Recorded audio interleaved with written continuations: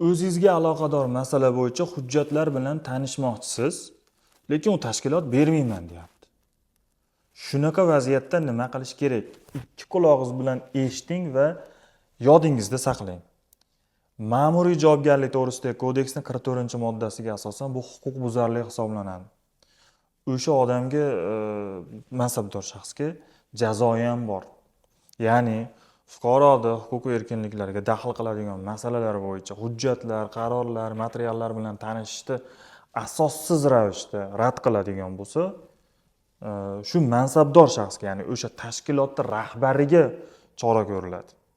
Ya'ni masalan, bu bir qanaqadir sir bo'lmasa, masalan, tergov sirimi yoki shaxsga doir ma'lumot so'ramoqchimisiz, misol uchun endi, yoki bir qanaqadir tijorat sirimi, shunga o'xshash masala bo'lmasa, agar sizga berish kerak, sizga daxl qilingan masala bo'lsa, sizga aloqador ish, ber menga hujjatlarni ko'ray oldin deydigan bo'lsangiz, yo'q deb turib asossiz siz rad qiladigan bo'lsa, o'sha tashkilot, uni rahbariga nisbatan chora ko'riladi. Endi bunaqa payt og'zaki emas, iloji bo'lsa yozma qilish kerak.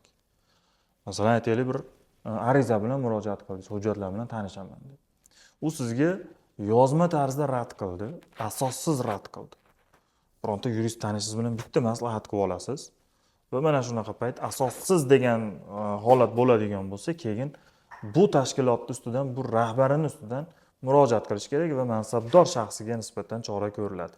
Masalan, qaysidir xodimi, qaysidir kimdir sizga rad javob berib yuborgan bo'lsa, o'sha yozma nimada, keyin javobgarlik rahbariga bo'ladi.